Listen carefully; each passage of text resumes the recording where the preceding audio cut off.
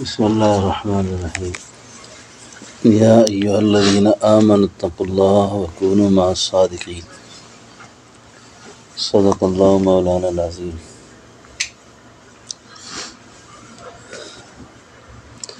اللہم صلی علی سیدنا مولانا محمد وعلی آل سیدنا مولانا محمد وبارک وسلم۔ قرآن شریف کی یہ جو آیت میں نے عرض پڑھی ہے نا آپ کے سامنے، یہاں مدینہ منورہ میں خلیفہ ہارون الرشید آئے ہوئے تھے، اور خلیفہ ہارون الرشید جو ہیں وہ اپنے وزیر سے کہنے لگے مجھے کسی اللہ کے ولی سے ملاؤ۔ نے کہا کیسے خیال آیا؟ کہنے لگے یہ جو قرآن پاک کی آیت ہے نا، یا ایھا الذین آمنوا اتقوا اللہ وکونوا مع الصادقین، کہ اللہ کے بندو اللہ سے ڈرو اور سچے لوگوں کے ساتھ رہو، اللہ کے پیاروں کے ساتھ رہو۔ اس کا مطلب یہ ہے کہ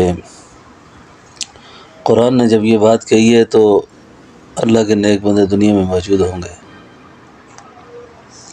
اسی لیے حضرت تھانوی نے فرمایا اس آیت کے تحت کہ یہ جو صادقین فرمایا نا، تو قیامت تک اولیاء کاملین پیدا ہوتے رہیں گے۔ اس کا تعلق کسی موسم علاقہ یا وقت کے ساتھ نہیں ہے، جب تک قیامت ہے اللہ کے بندے آتے رہیں گے، سیٹیں تبدیل ہوتی رہیں گی۔ حضرت رائے پوری فرماتے تھے آتے جاتے رہیں گے، لیکن ہماری آنکھیں نہیں ہیں کہ ہم پہچان سکیں، بس ہماری آنکھ صرف عیب دیکھتی ہے، بدگمانی سوچتی ہے۔ جب دنیا سے رخصت ہو جاتے ہیں اس کے بعد کہتے ہو یار اس میں یہ بھی خوبی تھی، یہ بھی خوبی تھی، یہ بھی خوبی تھی۔ بات سمجھ گئے میری؟ یا ایھا الذین آمنوا اتقوا اللہ وکونوا مع الصادقین۔ افراد تفرید کا دور شروع ہو گیا ہے، افراد تفرید کا۔ آپ جتنے لوگ میرے سامنے بیٹھے ہوئے ہیں نا، سلوک کو لوگوں نے تصوف کو مشکل کر دیا۔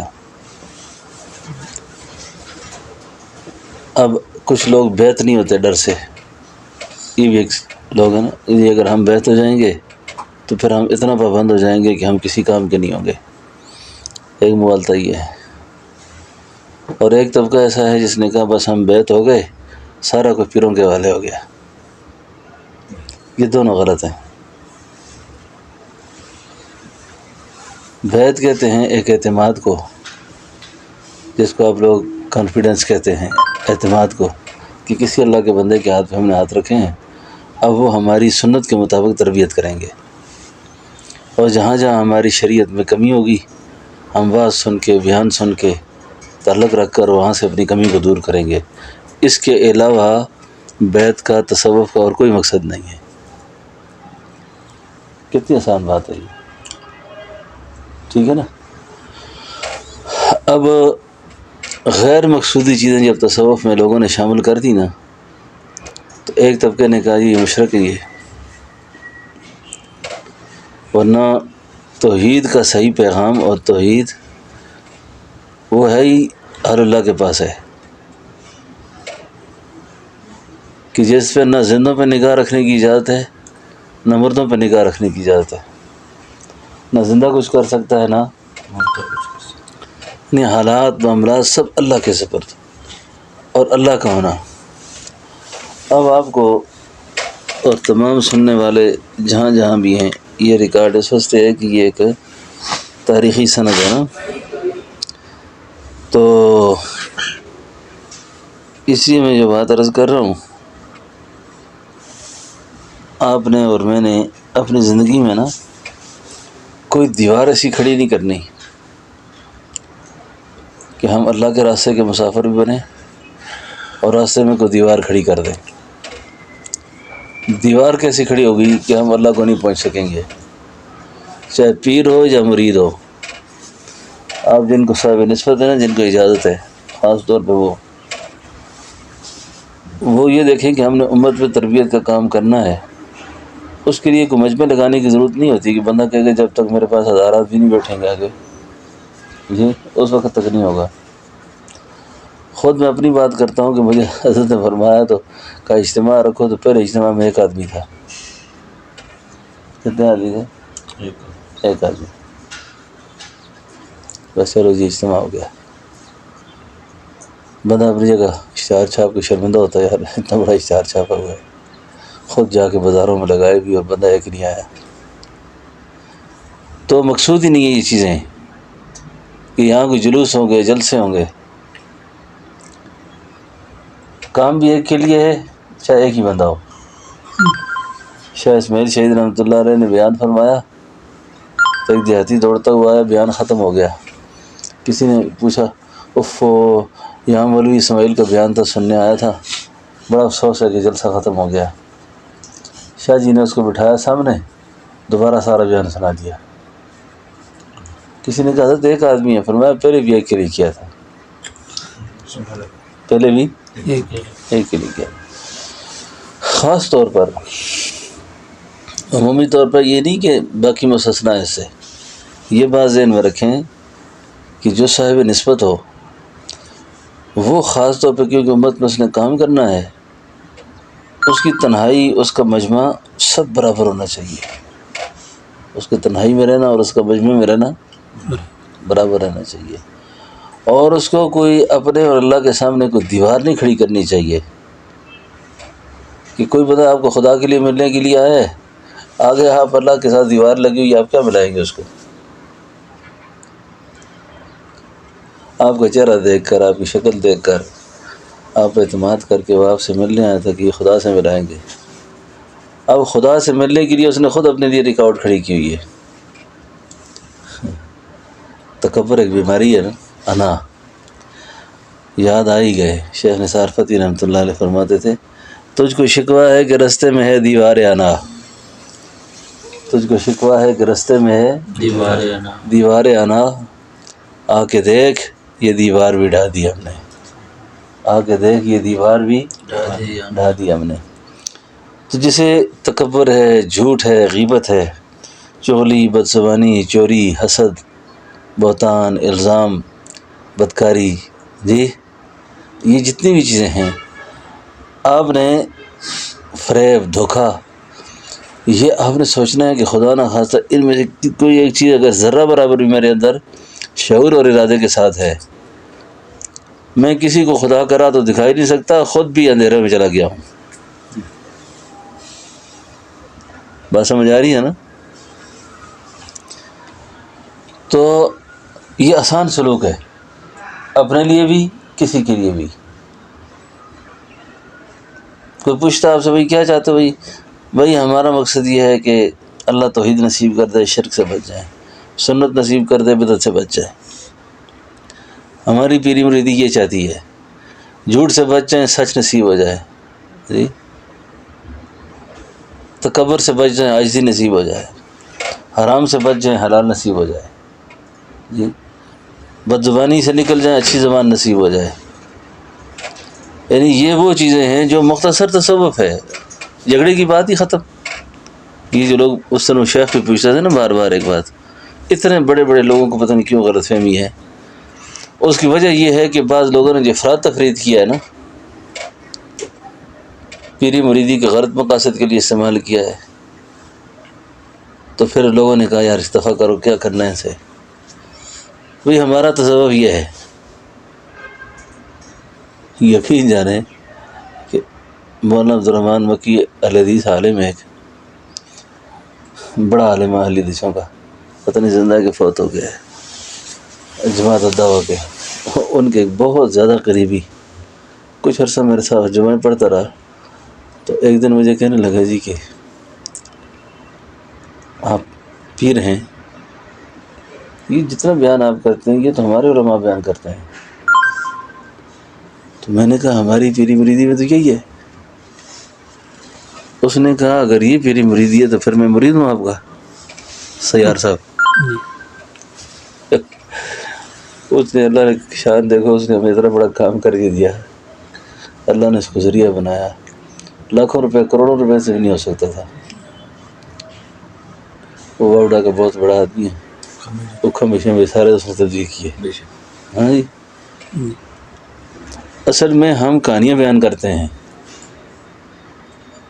کسی کو عام طور پر بھی نا، یہ جو لوگ مخالف ہوتے ہیں نا ہمارے، اس کی مخالفت کی وجہ ہم لوگوں پہ اپنی بزرگی جتاتے ہیں کہ دیکھو ہم بزرگ ہیں. اللہ وہ عالم من اتقی، اللہ کو پتہ ہے کون کتنا بزرگ ہے. کیوں ایسے خام مارتے ہو؟ کیوں اللہ سے دور ہوتے ہو اسے؟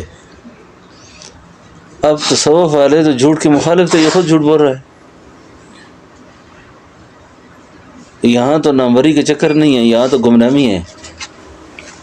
اب اللہ مشہور کر دے تو یہ اس کی اپنی شان ہے، ورنہ کس سے پوچھیں بھلا منزل جانا کا پتہ، ان کو لگ جاتی ہے چپ جن کو خبر ہوتی ہے. یہ جو چند چیزیں میں نے بیان کی نا، یہ ہیں تزکیہ. یہ کیا ہے؟ بولو کاوی صاحب، یہ ہے تزکیہ. یہ چیز نصیب ہو جائے، یہ ان پڑھ کو بھی نصیب ہو سکتی ہے کہ نہیں؟ بولو مشکل ہے. یہ فقیر رات مجھ سے پوچھتا ہے ان پڑھ کیسے سلوک سیکھے گا؟ یہ سلوک ہے، یہ سلوک ہے. اور ہمارا طریقہ عالیہ نقشبندیہ بن نوریہ جو ہے، اس میں سبق نہیں ہے کوئی بھی، اس میں ایک ہی سبق ہے، خود بھی وہی کرنا ہے، لوگوں کو بھی وہی بتانا ہے. اللہ اللہ اللہ بس. میں نے تو اپنے پیروں کو اس سے بڑا سا آگے کچھ نہیں کرتے دیکھا. یہ افراد تفریح جو آج کا پیدا ہو گیا نا جی، اس طرح ہو گیا تو اس طرح ہو گیا. سبحان اللہ سبحان اللہ. جہاں جو چھوڑ کے گئے نا جس امانت کو دے کر، اسی کو چلانے میں برکت ہوتی ہے، اسی میں خیر ہوتی ہے. اس میں ذات کا ذکر، درود شریف، تلاوت، سنت اعمال کا اہتمام، یہ ہمارے خاندان نقشبند کا وظیفہ ہے بس. اور جو چیزیں بیان کی ہیں بس اس پہ زندگی بھر کا پابند رہنا ہے. روز محشر ان کو شکل دکھانے کے قابل ہو جائیں گے، روز محشر اللہ کو منہ دکھانے کے قابل ہوں گے. ٹھیک ہے نا؟ اس پر محنت کرنی ہے. ان چیزوں پر جھوٹ کی عادت ہے تو اللہ سے پناہ مانگنی، یا اللہ جھوٹ تو لعنت ہے. اور دوسری بات ضروری عرض کر دوں، یہ جتنے لوگ آج کل یہ باتیں کرتے ہیں نا جی، سے معلومات مردے سنتے نہیں سنتے. قرآن میں اگر یہ آیت کسی کو سمجھ نہیں آتی نا، ایک عالم اس کی ایک تعبیر بیان کرتا ہے، دوسری بیان کرتا ہے. جھوٹ کا مسئلہ تو سیدھا سیدھا ہے. کیا خیال ہے؟ سود یہ کیوں نہیں بیان کرتے؟ حرام خوری، بدکاری، بدنگاہی، جی شراب نوشی، جوا، یعنی یہ وہ چیزیں ہیں جس کا تعلق ہمارے ذات سے ہے. ٹھیک ہے. اب اس فقیر سے پوچھو مردے سنتے ہیں کہ سنتے، اس کیا لگی؟ نہ سنے نہ سنے. ہمیں کیا فائدہ ان چیزوں سے؟ تو اس لیے پیری مریدی بھی کرنی ہے، افراد تفرید سے ہی بچنا ہے. یہ وہ چیز میں جو عرض کر رہا ہوں نا آپ سے، اس میں نہ تو کسی مسلک کی کوئی پریشانی ہے، نہ اس میں اختلاف ہے. بریلیوں کا اختلاف ہے اس تصوف پہ، اہل حدیثوں کا اختلاف ہے، جماعت اسلامی کا اختلاف ہے، تبلیغ والوں کا اختلاف ہے، کوئی اختلاف نہیں. تو آپ نے خواہ وہی خارج لینی ہے جس کام میں اختلاف ہو. آپ کا جو جتنا مرضی مخالف ہو جائے، آپ کسی کے مخالف نہ ہو، بس ہم کسی کے خلاف نہیں ہیں.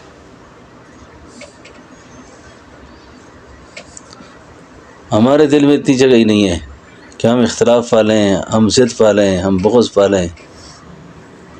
آج سانس بند ہوا نا تو اس سانس بند ہونے کے بعد یہ پوچھی جائے گی یہ باتیں جو میں نے ابھی بیان کی ہیں.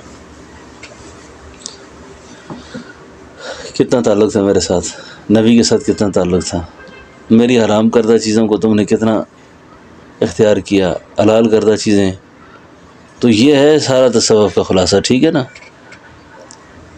اب آپ کو یہ جو باتیں عرض میں نے کی ہیں نا، مثلا آج جھوٹ کے موضوع پر بیان کریں، آپ کی پوری خانقاہ، آپ کا پوری زندگی اسی موضوع پہ ختم ہو سکتی ہے.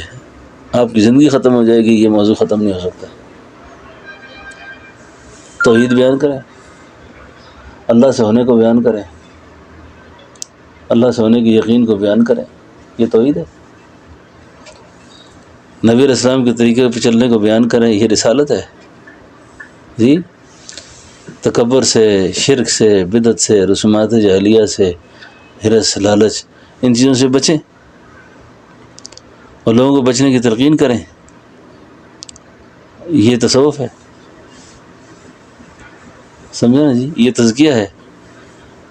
اور اس تزکیہ کے ساتھ آپ ذکر کریں، تلاوت کریں، یہ جو یہ تصفیہ ہے. ذکر آپ کا کم بھی ہو، اس پہ کوئی پوچھ نہیں، کوئی سوال اللہ آپ سے نہیں کریں گے کہ ہاں جناب کاوش صاحب آپ یہ بتاؤ کہ آپ نے تہجد میں 12 رکعتیں کیوں نہیں پڑھی، تہجد کے لیے کیوں نہیں اٹھے آپ.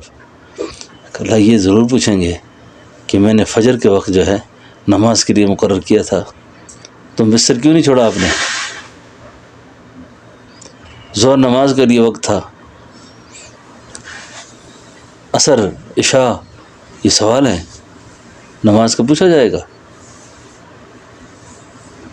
ہم مستحب کے چکر میں لگے ہوئے ہیں، فرض کی پرواہ نہیں کرتے. ٹھیک ہے نا. تو یہ واعظ و بیان جو ہے نا، یہ گویا سلوک کا حاصل ہے، تربیت کا حاصل ہے. آپس میں تعلق کیسا رکھنا ہے، بہن بھائیوں کے ساتھ کیسے تعلق رکھنا ہے، بیوی کے ساتھ کیسے رکھنا ہے، بچوں کے ساتھ، عام امت کے ساتھ. آپ کا یہ جو وجود ہے نا، یہ منبع خیر ہو. بس آپ سے کوئی ایک آدمی مرید نہیں ہوا نا، آپ کو دیکھ کے جتنے لوگوں کو ہدایت ہوگی آپ شمار نہیں کر سکتے.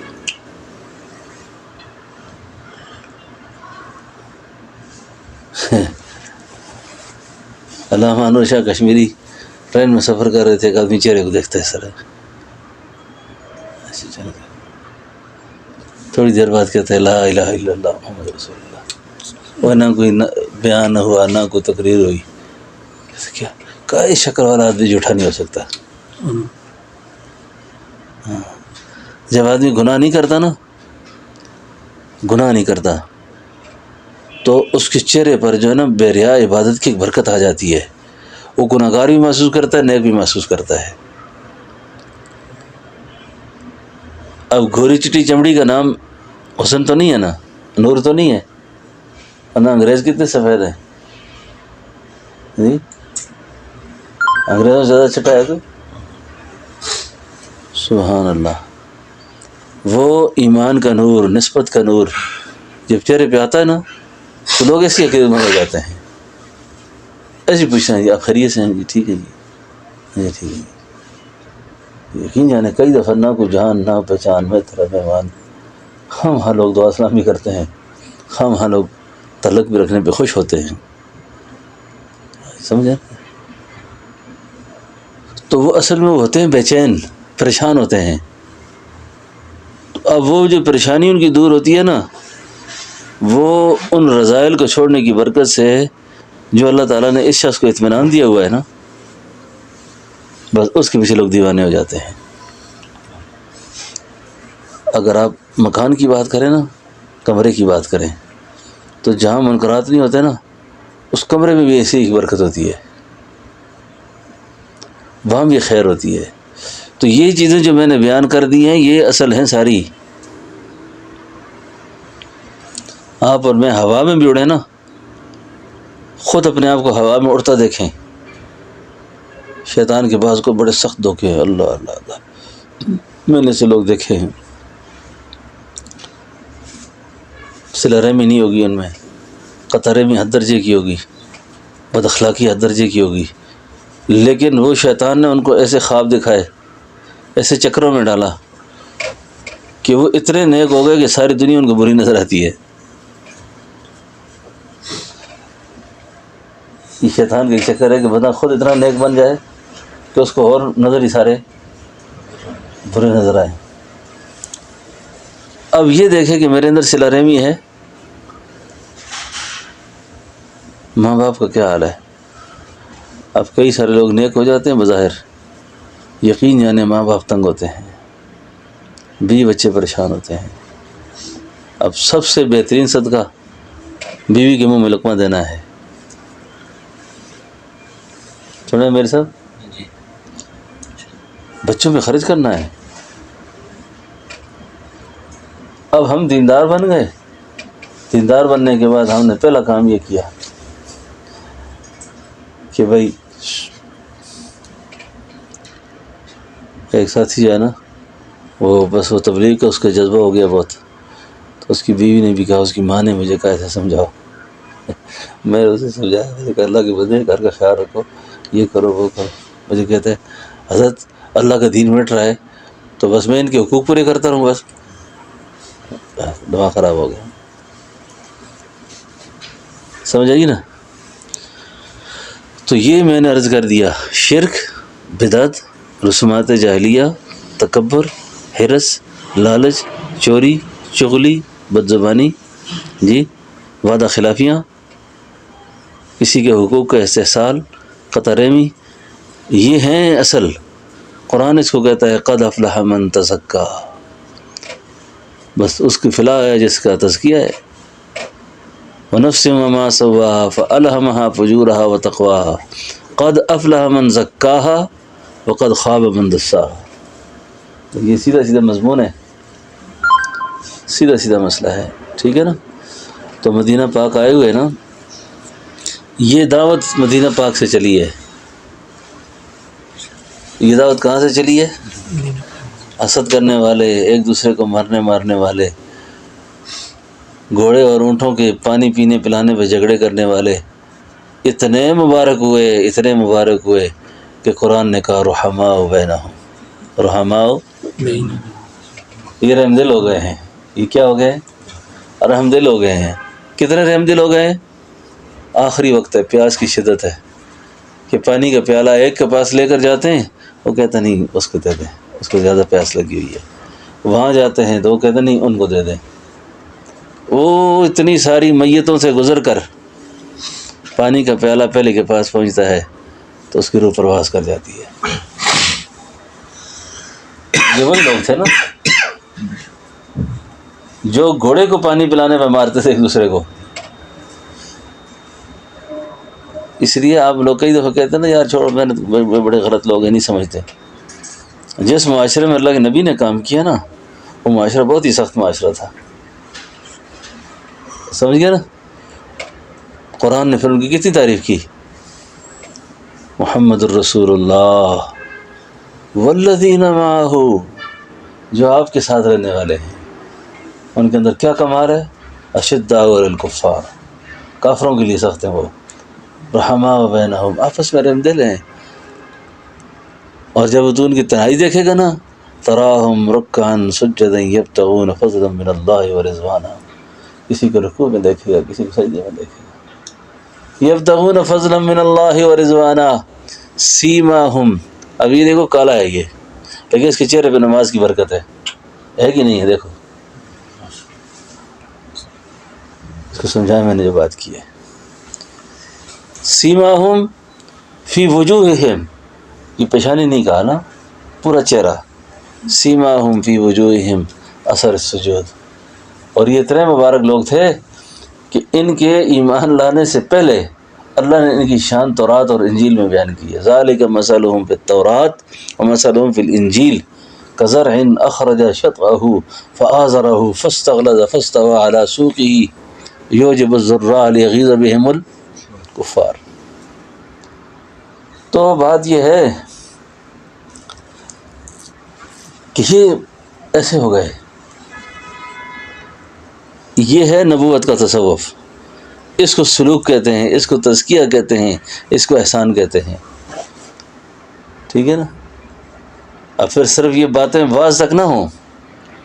ایک آدمی کی اس سے میں نے تحریر پڑھی کہ اخلاق پر بیان کرنے والا خود سب سے بڑا بد اخلاق ہوتا ہے. اخلاق پر بیان کرنے والا، ایک بزرگ تھے نا، اس کو کوئی ملنے کے لیے چلے گئے نا. ہمیں کوئی ملنے کے لیے آ جائے نا، ہم سمجھتے ہیں کہ ہم کوئی آسمانی مخلوق ہیں، شاید اس لیے ہمیں ملنے کے لیے آیا نا. انہوں نے کوئی آگے سے کوئی اچھا رویہ پیش نہ کیا تو اس نے کہا یار بڑا عجیب آدمی ہے، تو بد اخلاق ہے۔ ان کے کسی شاگرد نے کہا حضور آپ کے بارے میں فلاں یہ کہتا تھا۔ اس نے کہا جو اخلاق پر میں نے کتاب لکھی ہے وہ نہیں دکھائی اس کو آپ نے؟ یہ میری کتاب دینا اس کو۔ اس نے کہا تم میرے شیخ کو کہتے تھے بڑا بد اخلاق ہے، یہ دیکھو کتاب۔